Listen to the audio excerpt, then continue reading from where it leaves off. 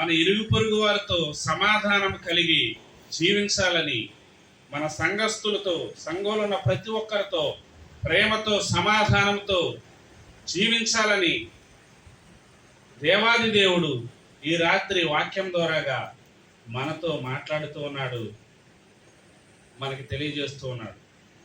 ఇంకా ఇక్కడ చూసినట్లయితే మనము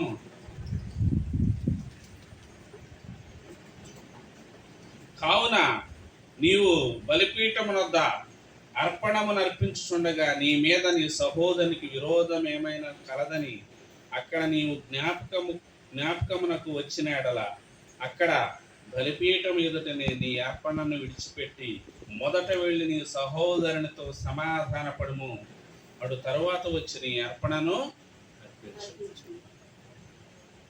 ఒకవేళ మన ప్రతివాదితో లేదా మన సహోదరుడితో, మన పొరుగువారితో, ఎవరితోనైనప్పటికీ మనము అసమాధానంతో జీవించినప్పుడు, లేదా వాళ్ళకే మనకి చిన్న గొడవ వచ్చినప్పుడు,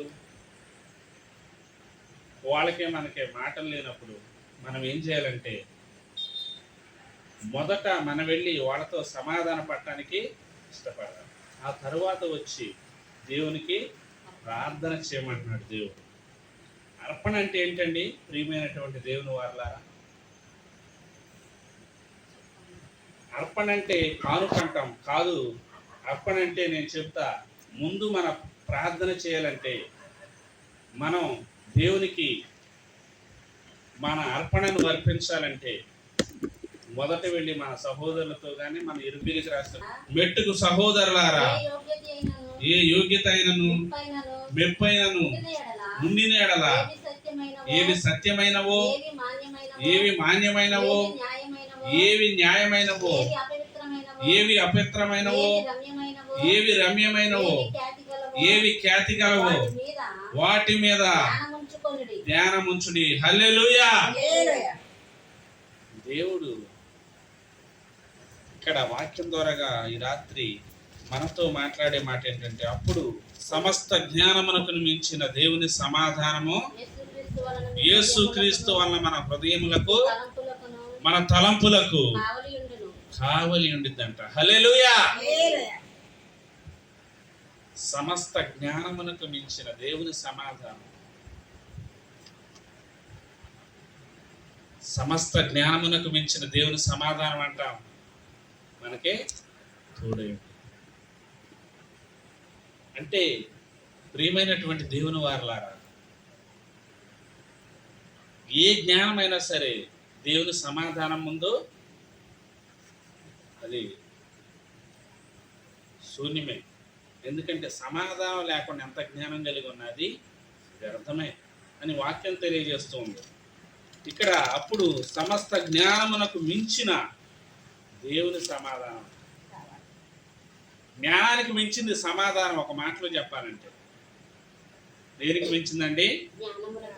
ఈ లోకంలో చాలా జ్ఞానం కలిగినోడు, చదువులో LLB చేసినోడు, లేదా ఒక గొప్ప చదువు చదువుకున్నాడు అనుకున్నాడు, లాయర్ అయినప్పటికీ డాక్టర్ అయినప్పటికీ దేవుని సమాధానం లేకపోతే వ్యర్థమే. దేవుని సమస్త జ్ఞానమునకు మించిన దేవుని సమాధానం ఎవరిలోనైతే ఉండిందో, ఎవరిలోనైతే నెమ్మది ఉండిందో, సమాధానం అంటే నెమ్మదేనండి. మనం ఎప్పుడూ కూడా దేవుడు, ఈ యెషయా గ్రంథంలో ఒక మాట ఉంది, చాలా అద్భుతమైన మాట.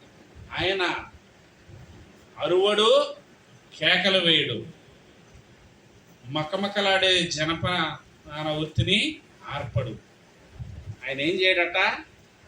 వీధులలో తన స్వరము ఎవరికీ వినపడదు. దేవుడు ఎక్కడ కేకలు వేసినట్టుగానే అరిసినట్లు ఎక్కడా లేదండి. మరి దేవుడు నెమ్మదిగా ఉండేవాడు. ఎలా ఉండేవాడు? మెల్లనైన తన స్వరాన్ని వినిపించేటటువంటి వ్యక్తి దేవుడు. అలాంటి అనుభవం నీకు నాకు ఈ రాత్రి ఉందా అని దేవాది దేవుడు మనకి వాక్యం ద్వారా తెలియజేస్తూ ఉన్నారు. ప్రియమైనటువంటి దేవుని వారలారా, ఈ రాత్రి దేవుడు మనతో చెప్తున్నటువంటి మాట ఏంటంటే, ఇక్కడ చూసినట్లయితే యేసుక్రీస్తు వలన మన హృదయాలకును మన తలంపులకును కావలి ఉండింది. ఏడిది? దేవుని సమాధానం.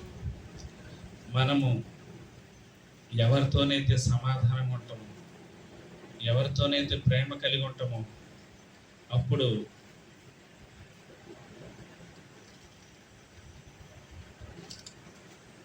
ఇక్కడ యేసుక్రీస్తు వల్ల మన హృదయాలకును మన తలంపులకును కావలి ఉండిద్ది అన్నమాట. దేవుని వల్లనే మన హృదయాలు మన తలంపులు దేవుడు కాపలా కాస్తేనే తప్ప మనము స్థిరంగా, దేవుడు మనకి కావలిగా ఉండాలంటే మన హృదయంలో ఏముండాలి? సమాధానం. నెమ్మది కలిగి ఉంటే ఆటోమేటిక్గా దేవుని కాపుదల మనకి, మన తలంపులకు మన ఆలోచనలకు అన్నింటికీ దేవుని కాపుదల ఉండాలని మనం ప్రార్థన చేసుకోవాలి. ప్రియమైనటువంటి దేవుని వారలారా, దేవాది దేవుడు ఈ రాత్రి మనతో